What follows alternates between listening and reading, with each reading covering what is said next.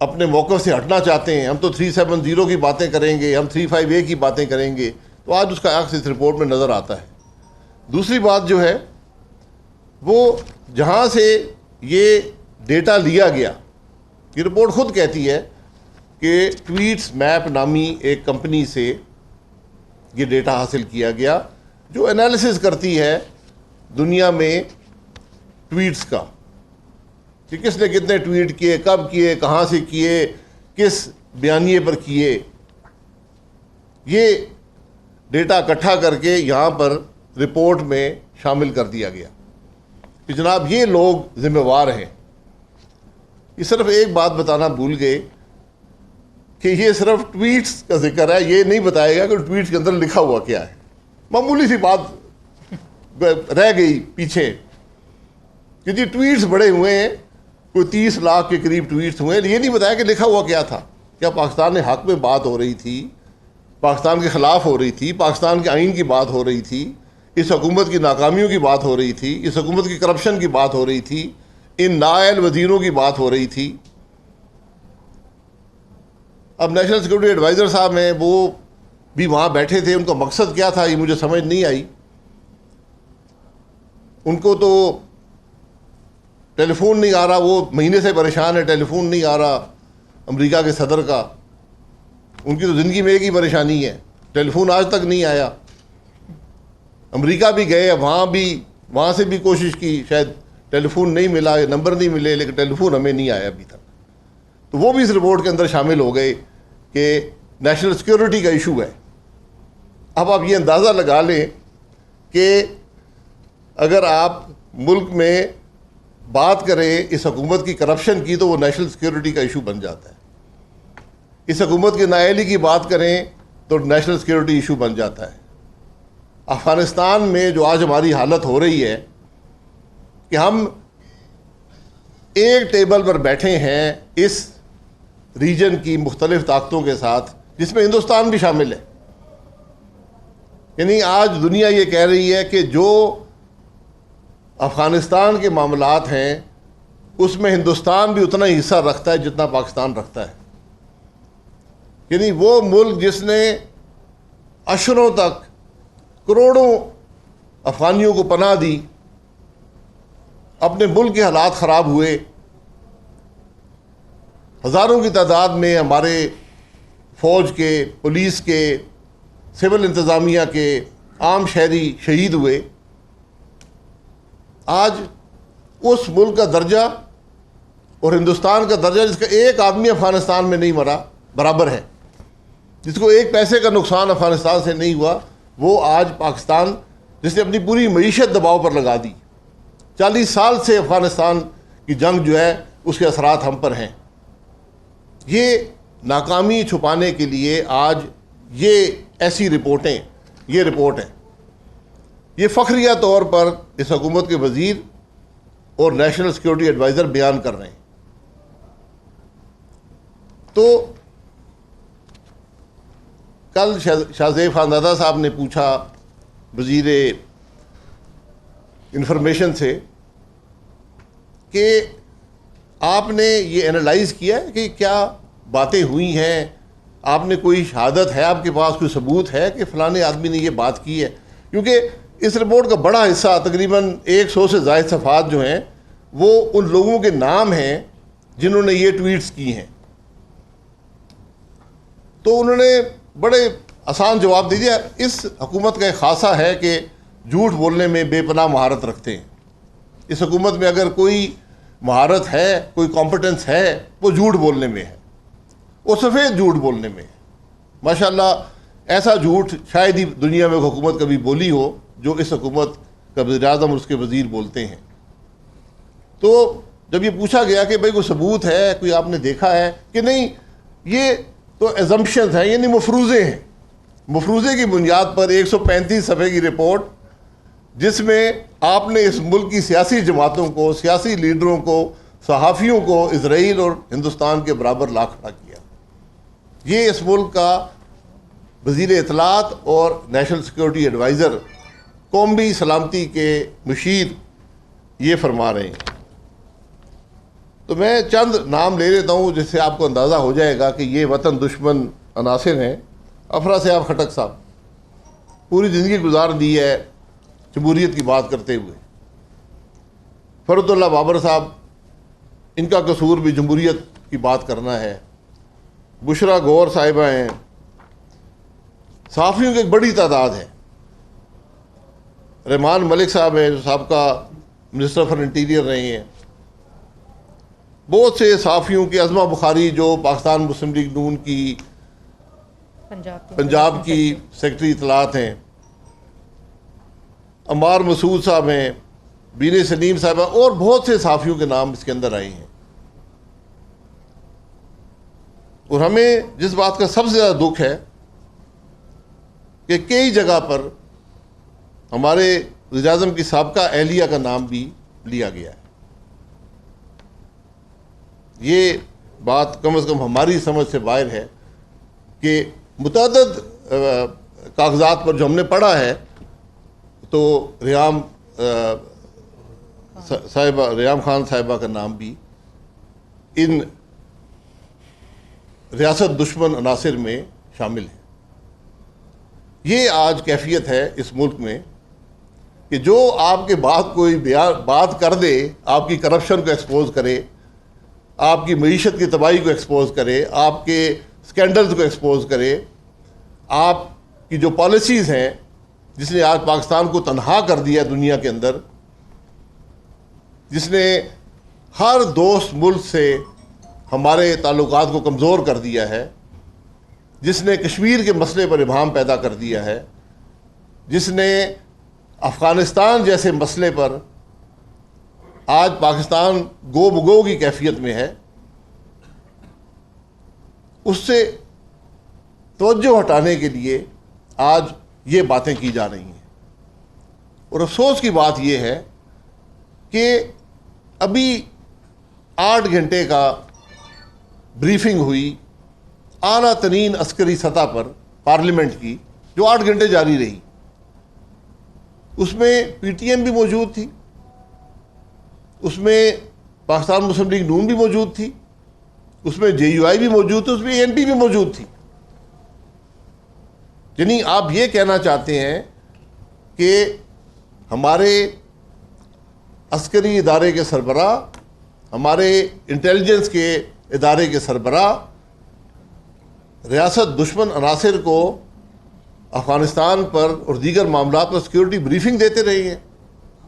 یہ ہمارے وزیر اور نیشنل سیکورٹی ایڈوائزر دنیا کو بتانا چاہتے ہیں پریس کانفرنس کر کر. اگر یہ رپورٹ عام طور پہ شائع کر دی جاتی تو کم از کم یہ پوچھا جا سکتا تھا اس ادارے سے کہ بھئی تم نے کس نے اختیار دیا یہ رپورٹیں بنانے کا اور یہ شائع کرنے کا، اور ان کا مقصد کیا ہے. جو رپورٹیں مفروضے کی بنیاد پر ہوں، جن کی کوئی حقیقت نہ ہو، اور جس کمپنی سے یہ ڈیٹا لیا گیا، جو کینیڈا کی کمپنی ہے، یہ تو ہم اپنے ملک سے ڈیٹا لیتے نا. اگر ہم میں اہلیت ہوتی اپنا ڈیٹا اکٹھا کرتے کہ ہمارے خلاف کون عمل پیرا ہے دنیا کے اندر، کون ہمارے ملک کے خلاف کام کر رہا ہے. ہم اس کی بھی اہلیت نہیں رکھتے. ہمیں کینیڈا کی کمپنی سے ڈیٹا حاصل کرنا پڑا کہ یہ لوگ پاکستان کے خلاف، پاکستان کی ریاست کے خلاف بات کرتے ہیں. اس کا بھی ثبوت نہیں ہے. اور مزے کی بات یہ ہے، سب سے دلچسپ کہیں یا افسوسناک کہیں یا دکھ بھری بات، کہ جب اس کمپنی سے رابطہ کیا شاہ زیب خانزادہ صاحب نے، تو انہوں نے کہا جی ہم نے حکومت پاکستان کو یہ ڈیٹا نہیں بیچا ہے. یعنی digital media wing, ministry of information جس کی یہ رپورٹ ہے، اس کو ہم نے ڈیٹا نہیں بیچا. یعنی اور نہ انہوں نے بیچا ہے نہ ان سے مانگا گیا ہے. یعنی یا ہم نے اس کمپنی کا ڈیٹا چوری کر کے استعمال کر رہے ہیں، یا ہم نے یہ ڈیٹا سارا خود ہی بنا لیا ہے. اس کمپنی نے اس ڈیٹا سے، جس ڈیٹا کی کوئی حیثیت بھی نہیں ہے، جس پر یہ ساری رپورٹ بنی ہوئی ہے، لا تعلقی کا اظہار کر دیا ہے. یہ کیفیت ہے آج اس سارے معاملے کی. مقصد ایک ہے کہ جو آج اس ملک کے معاملات ہیں، جو اس ملک کے حالات ہیں، خاص طور پر جو ہماری خارجہ پالیسی ہے، اور خصوصاً جو ہمارے افغانستان کے معاملات ہیں، ان سے توجہ ہٹائی جائے، لیکن توجہ ہٹانے سے مسئلہ حل نہیں ہوگا. آج اس ملک کے عوام چاہتے ہیں کہ ہمیں پتہ چلے کہ پاکستان کا موقف افغانستان میں کیا ہے، کیونکہ اس کے اثرات ہم پر ہوں گے. 40 سال سے زیادہ ہو گئے ہیں افغانستان کے اثرات اور بے پناہ اثرات اس ملک پر ہو رہے ہیں. ہزاروں کی تعداد میں شہادتیں ہم نے دی ہیں افغانستان کے مسائل کی وجہ سے. تو کیا آج اس ملک کے عوام کو، ان شہیدوں کو، ان کے ورثاء کو، اس ملک کے پارلیمان کو یہ حق حاصل نہیں ہے کہ ان کو پتہ چلے کہ افغانستان میں کیا ہو رہا ہے، ہماری کیا پالیسی ہے، ہم آگے کیا دیکھتے ہیں، ہم کس طرح اپنے ملک کا دفاع کریں گے، کس طرح ہم تحفظ دیں گے پاکستان کے عوام کو؟ ان باتوں سے توجہ ہٹانے کے لیے یہ رپورٹیں شائع ہوتی ہیں. رپورٹوں سے اور ٹویٹوں سے ملک کے معاملات حل نہیں ہوتے، جھوٹ بولنے سے کبھی بھی نہیں ہوئے. یہ کیفیت آج پاکستان کی ہے، یہ افسوسناک حالات پاکستان کے ہیں. خرم صاحب ادھر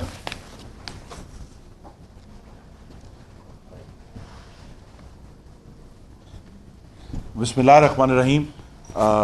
محترم حضرات، یہ اس رپورٹ کے عنوان پہ لکھا ہے کہ ڈیپ انالیٹکس ہوئے ہیں، کہ جی گہرا تجزیہ ہے، اور حقیقت یہ ہے کہ یہ رپورٹ انتہائی گمراہ کن اور غیر معتبر ہے، شاڈی ہے، کیونکہ اس میں نہ گہرائی ہے اور نہ تجزیہ ہے. کہیں دور دور تک ہم ڈھونڈ رہے ہیں.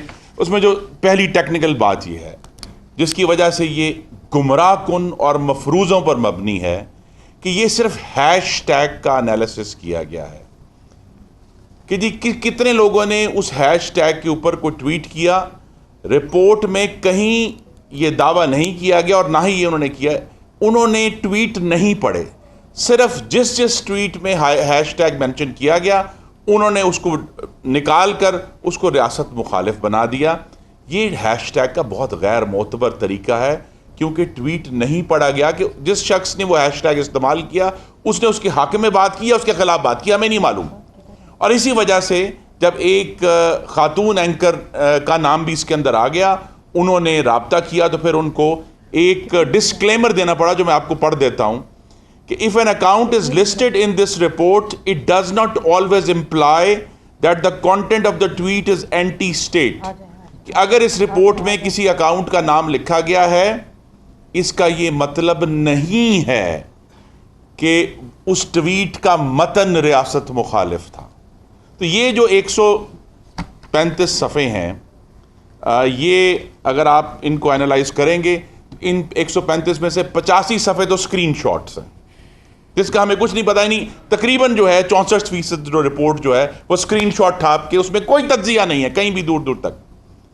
اور دلچسپ بات یہ ہے کہ صرف 666 ٹویٹس کا تجزیہ کیا گیا، اس میں سے 142 ٹویٹ صرف 3 اکاؤنٹ سے، صرف 3 اکاؤنٹ سے، یعنی 22% ٹویٹ جو ہیں وہ 3 اکاؤنٹ، اس کی بنیاد پہ اتنی بڑی رپورٹ چھاپ دی ہے ریاست مخالفت کی. اور وہ جو 3 اکاؤنٹ ہیں جو جن کا 20% جن کا حصہ اس رپورٹ کے اندر، ان کے ٹوٹل فالوورز کی تعداد صرف 11,000 ہے. یہ کون سا بحران ہے 11,000 لوگوں کا جس کی بنیاد پہ اتنا بڑا یہ جو ہے کھڑا کر دیا گیا ہے؟ اصل وجہ یہ ہے، اصل رپورٹ یہ کہہ رہی ہے کہ عمران خان کی حکومت فاشسٹ ہے. کیونکہ اگر ہم نے ریاست مخالف کا اندازہ لگانا ہے تو آپ یاد کیجئے، میں یاد کرا دیتا ہوں کہ وزیر اعظم بطور عمران خان وزیر اعظم ایران تشریف لے گئے تو انہوں نے کہا کہ مجھے معلوم ہے کہ پاکستان کی طرف سے ایران میں دہشت گرد در اندازی ہوتی ہے. یہ ریاست مخالف نہیں ہے. جب آپ نیو یارک ٹائمز کو کہتے ہیں کہ اگر مسٹر مودی کی حکومت دوبارہ منتخب ہو جائے تو وہ کشمیر کے مسئلے کے لیے اچھا ہوگا، یہ ریاست مخالف نہیں ہے جس مودی کو آج آپ فاشسٹ اور ہٹلر کہتے ہیں. اور ایک جو ان کی خان صاحب کی جو گفتگو ہے، جو انہوں نے 23 ستمبر 2019 کو کاؤنسل آن فارن ریلیشنز میں، امریکہ میں، نیو یارک میں ہے وہ، انہوں نے وہاں تشریف لے کر اس گفتگو کے دوران فرمایا، اب میں ایگزیکٹ الفاظ پڑھ رہا ہوں انگریزی میں، the Pakistani army ISI trained Al-Qaeda and all these troops to fight in Afghanistan. There were always links between There had to be links because they trained them. Urdu ترجمہ یہ ہے کہ پاکستانی آرمی اور ISI نے القاعدہ کو ٹریننگ دی افغانستان میں لڑنے کے لیے. اگر یہ ریاست مخالف سٹیٹمنٹ نہیں ہے تو اور کس کو آپ ریاست مخالف کہیں گے؟ پھر ستمبر 2019 میں خان صاحب تشریف لے گئے ایک سکھ کنونشن میں لاہور میں، اور وہاں انہوں نے کہہ دیا کہ پاکستان، اگر ہندوستان اور پاکستان کی جنگ ہوتی ہے تو ہم جوہری ہتھیاروں کا پہلا استعمال نہیں کریں گے، جس کے اوپر ISPR کو 2 دن بعد کہنا پڑا کہ جو وزیر اعظم پاکستان نے فرمایا ہے وہ پاکستان کی پالیسی نہیں ہے. تو اگر یہ ریاست مخالف سٹیٹمنٹ نہیں ہے تو آپ کس کو کہیں گے ریاست مخالف ہے؟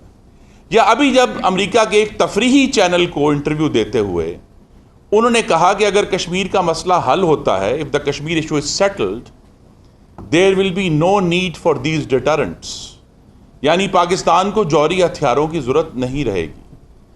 اگر یہ ریاست مخالف بیانیہ نہیں ہے تو اور کس کو آپ ریاست مخالف بیانیہ کہتے ہیں؟ اصل میں عمران خان صاحب اپوزیشن میں ہوتے ہوئے جسمانی طور پر حملہ آور ہوتے تھے، کبھی پارلیمان کے اوپر، کبھی ڈنڈے لے کے پاکستان ٹیلی ویژن کے اوپر، کبھی اسلام آباد پولیس کے اوپر. لیکن جب سے ان کی حکومت آئی ہے یہ پاکستان کے آئین اور شہری آزادیوں کے اوپر حملہ آور ہیں. انہوں نے نیشنل فائنانس کمیشن پر حملہ کر چکے ہیں جو جہاں صوبوں کے مالیاتی معاملات ڈسکس ہونے ہیں. انہوں نے الیکشن کمیشن آف پاکستان پہ 2 دفعہ حملہ کیا ہے، یعنی وزراء پریس کانفرنس کر رہے ہیں الیکشن کمیشن آف پاکستان کے خلاف. انہوں نے آزاد عدلیہ اور آزاد ججوں پر حملہ کیا ہے ریفرنسز فائل کر کے. انہوں نے، آپ کو معلوم ہے کہ اپوزیشن کی کس طرح بدترین، ہم اسے کہیں کہ استحصال کیا ہے اور کوئی اس کا جواب نہیں ہے. اور ابھی کہتے ہیں نا جی ہم نے پوری دنیا میں ہم میڈیا واچ کر رہے ہیں. ابھی 4-5 دن پہلے لندن کے اخبار گارڈین نے ایک طویل مضمون لکھا ہے جس میں انہوں نے کہا کہ لندن پولیس نے وہاں کے مقیم ایسے لوگ جو پاکستان کی پالیسیوں سے اختلاف کرتے تھے ان کو یہ تنبیہ کی ہے کہ آپ کی جان کو خطرہ ہے. ایک شخص کو انہوں نے گرفتار بھی کیا ہے اور ایک طویل لسٹ ہے جس میں نہ صرف یہ انٹرنیٹ استعمال کرنے والے بلکہ پاکستان کے معتبر ترین پروفیسرز، ریسرچرز شامل ہیں. ان کو یہ تنبیہ کی گئی ہے کہ آپ کی جان کو خطرہ ہے. اور اس میں پھر لکھا گیا اس مضمون میں کہ یوں لگتا ہے کہ پاکستان کی ریاست جو ہے وہ اپنے ملک کے اندر صرف ان آوازوں کو دبانا نہیں چاہتی بلکہ ملک سے باہر بھی ان کو دبانا چاہتی. تو محترم حضرات، یہ ایشو یہ ہے کہ یہاں ایسے جماعتیں جو اصل میں ریاست مخالف ہیں، جنہوں نے پاکستان کی ریٹ کو چیلنج کیا ہے، وہ تو دندناتے پھر رہے ہیں. لیکن وہ جماعتیں مسلم لیگ نون جیسی اور دوسری جماعتیں جو آئین کے اوپر عمل داری کی جدوجہد کر رہے ہیں ان کو ریاست مخالف کہا جا رہا ہے. ہم اپنے موقع پر مضبوطی سے قائم ہیں کہ اپنے حقوق کا دفاع ریاست مخالف نہیں ہے. آئین پاکستان پر عمل داری کا مطالبہ ریاست مخالف نہیں ہے. اپنے حقوق کے لیے آواز اٹھانا ریاست مخالف نہیں ہے. آئین میں درج بنیادی شہری حقوق کے لیے جدوجہد کرنا، آزادی اظہار کے لیے جدوجہد کرنا ریاست مخالف نہیں ہے. میڈیا کی آزادی کے لیے آواز اٹھانا ریاست مخالف نہیں ہے. میڈیا کے اغوا کردہ جو ممبران ہیں ان کے لیے آواز اٹھانا ریاست مخالف نہیں ہے. تو ریاست مخالف وہ لوگ ہیں جو اپوزیشن کے آواز اٹھانے والوں کو، اختلاف کرنے والوں کو کچل رہے ہیں. اصل ریاست کی مخالفت وہ ہے جس کے مرتکب عمران خان، ان کے وزراء، ان کی حکومت روزانہ ہوتی ہے. میرے دائیں اور بائیں 2 حضرات وہ بیٹھے ہیں جن کو کئی مہینے ڈیتھ سیل میں رکھا گیا ہے. تو پاکستانی شہریوں کی اور پھر کورٹ نے ان کو جب ضمانتیں دی تو اس میں لکھا گیا کہ ان کے حقوق کچلے گئے ہیں. اپنے شہریوں کے حقوق کچلنا ریاست کی مخالفت ہے.